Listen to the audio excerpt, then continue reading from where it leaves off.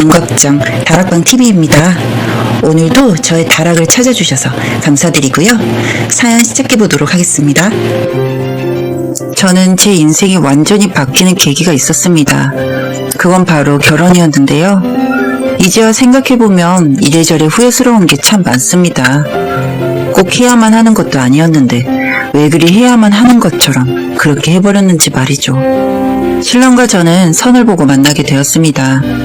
저희 엄마의 지인분이 신랑이랑 잘 알고 지내는 사이이다 보니 성화에 못 이겨 신랑을 소개받게 되었고, 나이가 30이 다 되어가니 저도 진지하게 만남을 이어갔습니다.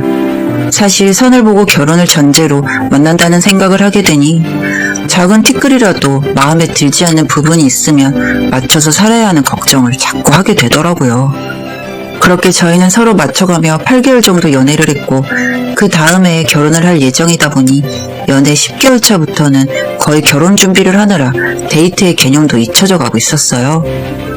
지금 생각해보면 제가 왜 그렇게 급하게 결혼을 서둘렀나 싶을 정도로 뭐에 홀린 것처럼 결혼 준비를 했습니다. 그렇게 상견례도 무사히 마치고 결혼만 앞둔 어느 날이었습니다. 신랑은 결혼을 2주 정도 남겨두고는 친구들과 마지막 총각 파티를 하고 오겠다고 했고, 저는 유난스럽다고 생각을 하면서도 잘 다녀오라고 했습니다. 그리고 다음날 신랑이 다 와간다는 전화에 신혼집 베란다에서 밖을 바라보고 있었는데, 친구의 차에서 신랑이 내렸고 제가 신랑을 부르려고 소리를 지르려는 찰나 친구의 차에서 친구가 신랑에게 뭔가를 던지더라고요. 그게 그런데 언뜻 보아도 여자의 속옷이었습니다. 저게 뭐지? 싶어서 계속 봤는데 신랑은 막 웃더니 다시 그 속옷을 친구의 차에 던지고는 집으로 올라오더라고요. 그런 신랑이 집으로 오자 물어봤어요. 당신 아까 친구 차에서 내리는 거 봤어? 친구가 태워줘서. 친구가 당신한테 여자 속옷 던지던데 그건 뭐야? 아, 그것도 봤어? 어제 총각 파티 할 때 친구들이 신혼여행 가서 입으라고 커플 속옷을 선물 받았는데, 남자들께 징그럽게 무슨 속옷을 선물 받아, 남사스럽게. 그래서 돌려줬어. 어제는 뭐하고 놀았는데? 그냥 술 먹고 밤에 카드 치고 한숨 잤지. 그래도 당신이 총각 파티 보내준 덕분에 좋은 술 많이 먹고 왔어.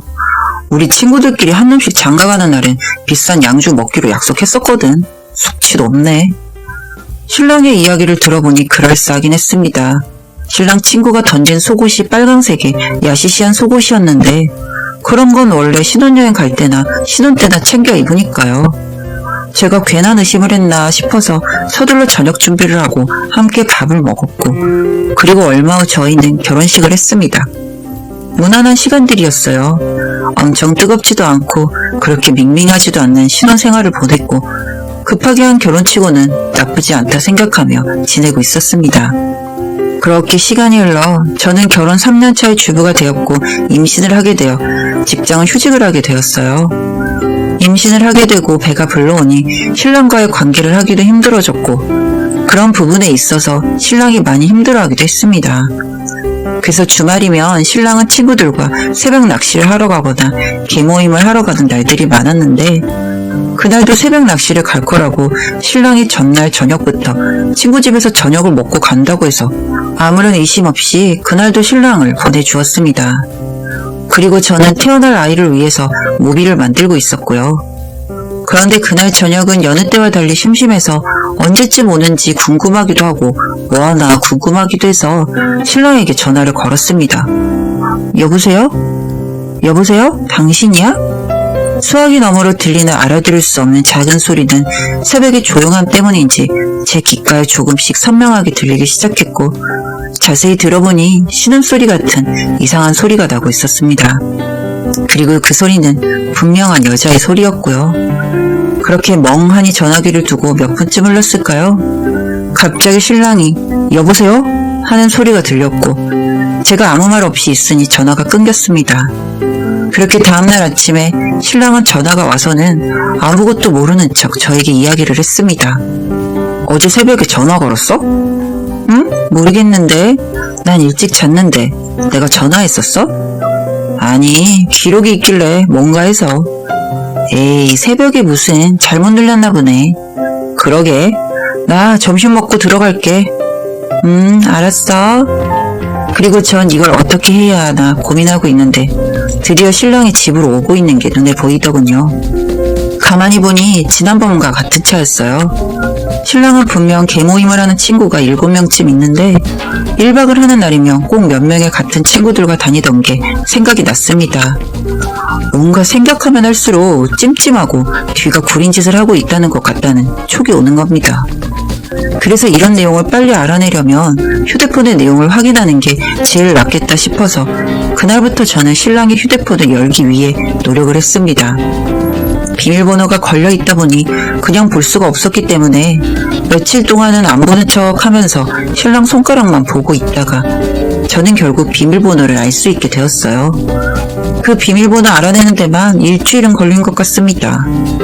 그렇게 비밀번호를 입력하고 들어간 단체 카톡방을 보니 제가 모르는 단어들이 한가득했는데 그 속에서도 유추할 수 있는 건 신랑이 유흥업소를 다닌다는 것이었고 특히 원정으로 땡피텔이라는 곳을 가는 걸 알게 되었습니다. 친구들 7명이 있는 개모임방 이외에 땡피텔을 함께 다니는 친구들의 톡방이 따로 있었는데 그 카톡방의 내용은 정말 가관이었습니다. 저와 결혼하기 전부터 신랑은 친구들과 땡피텔이라는 곳을 자주 다녔는데 대전에서 부산까지 내려갈 정도로 거기에 미쳐 있었어요. 그리고 그 카톡방에서 결혼 전 총각 파티를 한다고 했던 날의 기록이 있었는데 신랑이 자주 찾는 아가씨가 있는데 그 아가씨가 신랑이 결혼한다고 본인이 입고 있던 속옷을 벗어서 선물로 신랑에게 줬다고 되어 있더군요.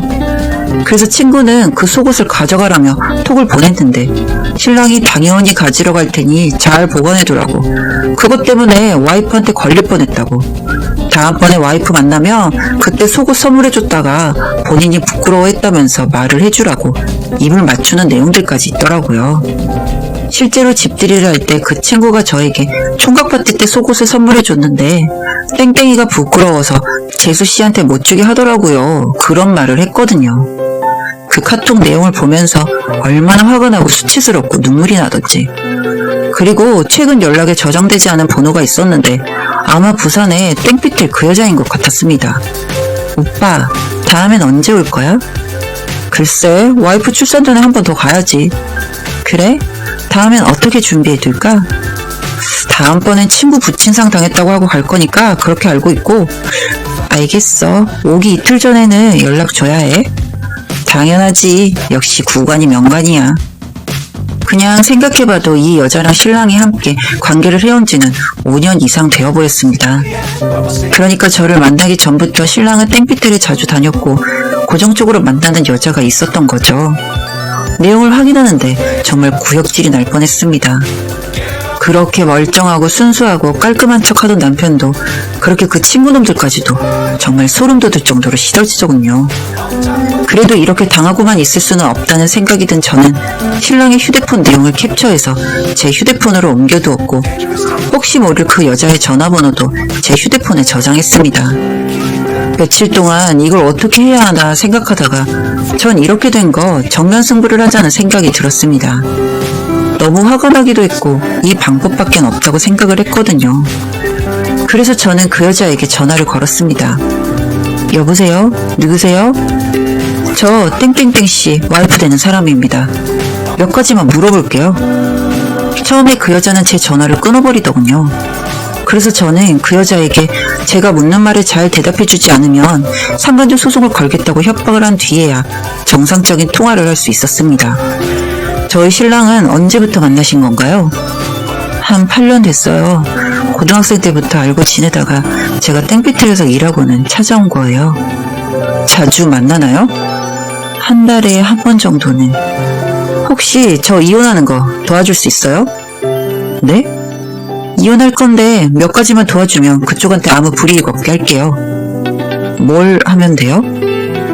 그렇게 제가 그 여자에게 요구한 사항은 신랑과의 통화 내용과 침대에 함께 있는 사진이었습니다. 사실 이 제안을 하는 데는 저도 2가지 결과가 있을 거라고 생각을 하긴 했습니다.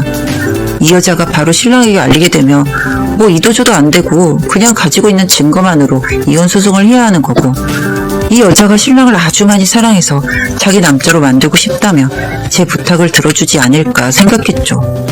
제가 이혼해주면 자신에게는 좋은 일일 테니까요. 이 여자가 고민하는 듯하니 저는 바로 또 그 여자에게 말했습니다. 부탁을 제대로 들어주지 않으면 땡피테를 바로 경찰에 신고하겠다고 말이죠. 제 협박이 먹혔는지 이 여자가 순순히 협조를 약속했고 그렇게 3주 정도 지나서 증거를 받을 수 있게 되었습니다. 그리고 그 증거를 가지고 저는 시댁으로 갔습니다. 제가 오랜만에 어머님이 해주시는 저녁 먹고 싶다고 하며 남편도 시댁으로 오게끔 해둔 상태였었거든요. 그리고 그 자리에서 저는 이야기를 꺼냈습니다. 저 이 사람과 이혼하겠습니다. 그게 무슨 소리야, 여보? 다들 무슨 소리냐는 눈빛으로 절 바라보는데 저는 이런저런 소리도 별로 하고 싶진 않더라고요. 그냥 제가 준비해놓은 증거들만 눈앞에 펼쳐두었습니다. 음성으로 녹화된 통화 내용과 그 여자의 사진, 그리고 그 친구들과 카톡 내용을 보여주니 신랑은 아무 말도 못했고 시부모님들은 이게 뭐냐며 처음엔 이해조차 잘 못하시더군요. 그래서 차분하게 말씀드렸더니 시부모님은 처음에는 저를 말리시더라고요. 하지만 제가 계속 반응이 없으니 남자도 원래 호기심에 한 번씩 이럴 때 있다고, 특히 와이프가 임신 중이면 더 그렇다고 하는데 이게 무슨 쌍팔년도 개소리도 아니고 정말이지 정이 제대로 떨어지더라고요. 와이프가 임신했으면 더 감싸고 해줘야 하는 거 아닌가요? 그래서 저는 자리를 박차고 나오려고 일어났는데 그 순간 신랑이 힘주어 절 끌어다가 앉히는 겁니다. 서로 힘주고 있던 상태에서 벌어진 일이다 보니 저는 완전히 바닥에 쿵 소리를 내며 넘어지게 되었고 임신으로 인해 배가 조금 나은 상태이다 보니 심하게 충격이 그곳으로 가게 되었습니다. 복통이 너무 심해서 구급차를 타고 응급실로 갔는데 스트레스와 충격으로 인해 아기가 잘못되었다는 결과만 들을 수 있었습니다. 뭐 상황이 이 정도까지 되어버리니 시댁 식구들도 더 이상 저에게 강요하지도 못하고 찾아올 엄두도 못했고 전 이혼 소송을 시작하게 되었습니다. 외도에 추가해서 폭력까지 해서 말이죠. 그렇게 이혼 소송이 진행 중이었는데 어느 날 그 여자에게서 전화가 왔습니다. 자기 좀 살려달라고요. 알고 보니 이 인간이 그 여자가 증거를 저에게 준 것을 알게 되어서 분한 마음에 그 길로 쫓아내려가서 여자를 팼다고 하는 겁니다. 솔직히 그 여자를 제가 도와줘야 할 필요는 없는데 그래도 남자에게 맞은 그 여자를 모른 척 할 수는 없었습니다. 그래서 그 여자에게 그냥 각오하고 경찰서에 신고를 하라고 했습니다. 신랑과 시댁 식구들은 또 하나의 비상에 걸린 거죠. 폭행을 했는데 합의는 절대 안 해준다는 상대를 만나고야 말았으니 말입니다. 그렇게 둘이 죽고 못 사는 건가 싶었는데 쉬운 일 하는 여자라고 막 해도 된다고 생각했을까요? 정말 하는 짓마다 이렇게 인간으로서 바닥을 보이는 놈과 제가 결혼했다는 게 얼마나 후회스러웠는지 모르겠습니다. 그렇게 이혼 소송은 뭐 당연히 잘 끝났고 위자료를 넉넉히 받게 되었습니다. 그리고 그 인간과 연결된 것은 다 싫어서 전 지방으로 내려와서 혼자 지내고 있습니다. 그 여자는 저도 솔직히 좋지는 않은데 저에게 마지막 연락이라며 근황을 알려주더라고요. 자기도 합의금 좀 세게 받고 일은 마무리 지은 상태이고 본인이 하던 일도 그만두고 이제 조용히 시골에 계시는 부모님 모시고 살기로 했다면서 저에게 고맙다고 하더라고요. 신랑은 이혼해 경찰서까지 들락거리고 게다가 아주 더럽게 놀았다는 게 회사에도 알려져 퇴사 공고를 받아서 그렇게 백수됐나 보다 했는데 그 이후 술을 하도 퍼마시고 돌아다니다가 음주운전으로 사람까지 하나 치여서 인생 아주 완전 쪽났다는 소식까지 들었습니다. 다 자업자득이죠 뭐. 이제 그 여자에게도 연락은 그만해달라고 말했습니다. 이젠 어떤 소식도 듣고 싶지 않아서요. 다만 제가 지키지 못했던 아이가 생각이 나는 게 조금 힘이 듭니다. 아이만큼은 정말 잘 키우고 싶었는데 말이죠. 저는 요즘 제가 할 수 있는 가게를 생각하고 있습니다. 마음도 좀 추스리고 몸도 추스르고 나서는 또 한 번 열심히 살아보려고요. 저도 제 인생이 결혼으로 이렇게까지 달라질 줄은 몰랐는데 정말 인생은 아무도 모르는 것 같습니다.